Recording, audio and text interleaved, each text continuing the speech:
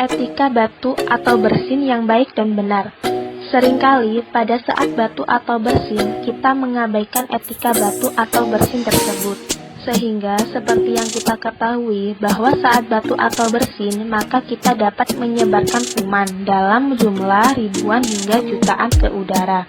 Dan di saat yang sama, orang yang berada di sekitar kita menghirup udara yang sudah mengandung kuman akibat dari batu maupun bersin tersebut. Oleh sebab itu, untuk menghindari hal ini, etika batu dan bersin merupakan hal yang harus diterapkan pada kehidupan sehari-hari. Berikut adalah tata cara batu atau bersin yang baik dan benar. Yang pertama, tutup mulut dan hidung.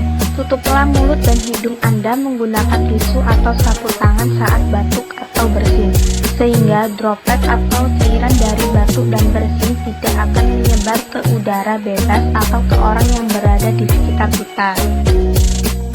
2. Buang tisu.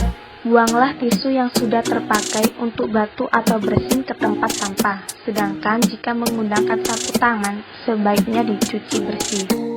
Tutup dengan lengan. Jika tidak ada tisu atau sapu tangan, maka ketika batu atau bersin, tutup dengan lengan baju. Gunakan masker. Gunakan masker saat Anda batu atau bersin agar orang lain tidak tertular. Selanjutnya, cuci tangan. Cuci tangan dengan sabun pada air yang mengalir selama 20 detik.